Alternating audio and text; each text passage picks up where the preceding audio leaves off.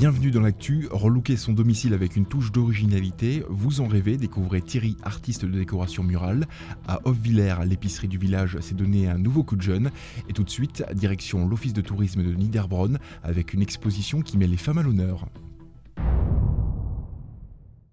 L'art oriental s'expose actuellement à l'office de tourisme de Niederbronn-les-Bains, à l'occasion de la Journée internationale de la femme. 4 générations d'artistes se retrouvent autour du thème « La femme, le soleil de Tunisie ». Pour Francisca, l'émotion de ses œuvres se traduit essentiellement par la mise en avant des couleurs et de quelques rajouts d'éléments comme le sable ou des feuilles d'or. Mais reste à chacun de trouver cependant sa propre réflexion au premier regard. Le message, c'est essayer de faire réfléchir peut-être les gens et de les faire évader aussi, parce que la peinture, ça sert à ça, s'évader. La peinture, c'est la liberté, quoi. Autant pour moi, hein, autant pour la personne qui peint que pour la personne qui regarde. Il n'y a pas une clé particulière. Au détour de l'exposition, rencontre avec une autre artiste qui met en vie sur ses toiles toutes ses émotions. Au final, un art expressif qui traduit par le mariage des formes et des couleurs une réflexion profonde du rôle de la femme dans sa vie de tous les jours. Il faut persévérer et revendiquer tout le temps ses droits, de s'exprimer, de pouvoir faire autre chose que les tâches ménagères ou que les tâches pragmatiques qui mènent à tout ce qui est gain d'argent, etc. Avec cette peinture à laquelle je tiens beaucoup, que je puisse m'exprimer et communiquer avec moi-même, être en paix avec mon petit entourage et avec tout le monde, s'il le faut. Mettre en lumière toutes ces femmes qui, au-delà de certaines frontières, n'ont pas encore la liberté d'expression. C'est le pari lancé par la commune de Niederbronn, le Cercle du Rhin international et le ministère de la Culture de Tunisie. Parler de la condition féminine chez nous, c'est peut-être un petit peu prétentieux dans la mesure où il y a des pays où les femmes ont encore d'autres combats à mener que nous ici. Hein. On est quand même très libre de faire ce qu'on veut, de s'exprimer, alors que dans tous ces pays-là, il y a encore d'autres soucis. Et la Tunisie, en matière de droits de la femme, est quand même un pays qui est précurseur, où les femmes ont quand même évolué, où la condition féminine a évolué énormément par rapport à d'autres pays essentiellement musulmans. Une exposition à voir et à revoir pour apprécier de plus près cette diversité du langage par la peinture qui a pour thème commun la femme. Vivre de sa passion d'artiste, c'est le pari relevé depuis 11 ans par Thierry R. Diplômé de peinture décorative puis des beaux-arts, il a créé sa propre entreprise de décoration murale.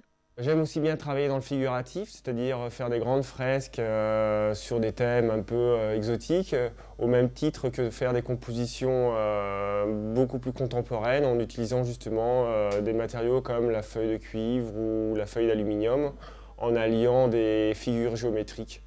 Un relooking de style contemporain, c'est sa mission cette semaine pour rajeunir l'ambiance décorative de ce restaurant de Niederbronn.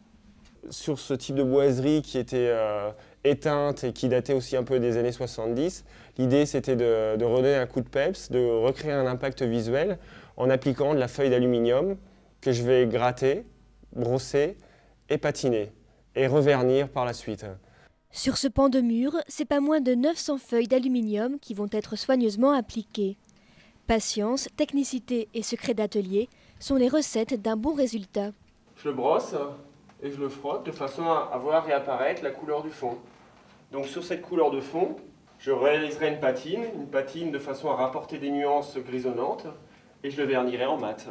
Et après une 8aine de jours de travaux, voici le résultat. Je suis effectivement pleinement satisfait du résultat. Ça donne une certaine dynamique, un certain modernisme aussi aux boiseries qui étaient initialement assez sombres et assez ternes. Mais personnaliser ainsi son intérieur, ça coûte combien ?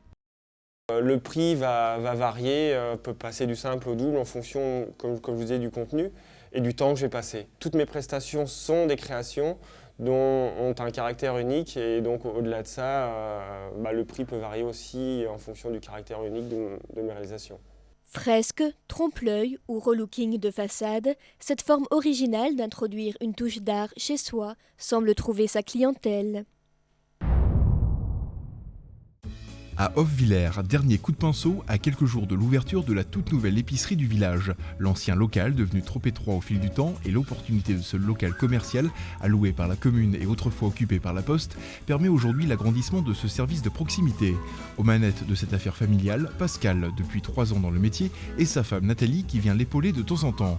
Et à quelques jours de l'ouverture, d'autres membres de la famille s'étaient prêtés au jeu pour l'aménagement de l'ensemble. Et pour que le client puisse retrouver très vite ses repères dans ce nouveau point de vente, Nathalie s'est aidée de photos illustrant les anciens rayons du vieux magasin. Lundi 2 mars, aujourd'hui, place à l'ouverture officielle au public. Le camion vient tout juste de terminer sa livraison et déjà à l'intérieur, on s'affaire au rangement de celle-ci. On règle les petits soucis de dernière minute, comme la panne de téléphone, mais pour autant, rien de grave pour le patron, qui se satisfait aujourd'hui du lieu, malgré l'énergie déployée à l'époque pour valoriser l'ancien local. J'avais essayé de faire quelque chose, mais bon, c'était quand même plus ça, qu'on va dire. Par rapport à ici, je veux dire, c'est le jour et la nuit, quoi. Allant du produit de première nécessité au coin presse, ce commerce dispose aujourd'hui de plus de 120 m² d'espace de vente. Un lieu bien fréquenté de la clientèle de proximité depuis plus d'une trentaine d'années. Des clients qui sont ravis du bon résultat obtenu aujourd'hui après ce déménagement. Quand on rentrait dans l'autre magasin, on n'avait pas cette impression-là. Ben, c'était pas vraiment ruine, mais un petit peu plus petit, et là c'est beaucoup plus grand. Mais il est beau, c'est mieux qu'avant. Face aux grandes enseignes de la distribution situées à quelques kilomètres de là, cette petite supérette de village semble afficher aujourd'hui aux citoyens d'Hoffwiller et aux clients de passage un service très complet. Après le soutien apporté par la commune quant au développement de l'activité, le patron reste très confiant dans l'avenir. Après tout, il n'y a pas de raison que même aujourd'hui, des petites boutiques comme ça peuvent tourner, quoi. C'est le cas, on est plutôt satisfait, quoi. Et ce n'est pas Odile, 95 ans, la doyenne du village, une fidèle de la boutique, qui dirait le contraire.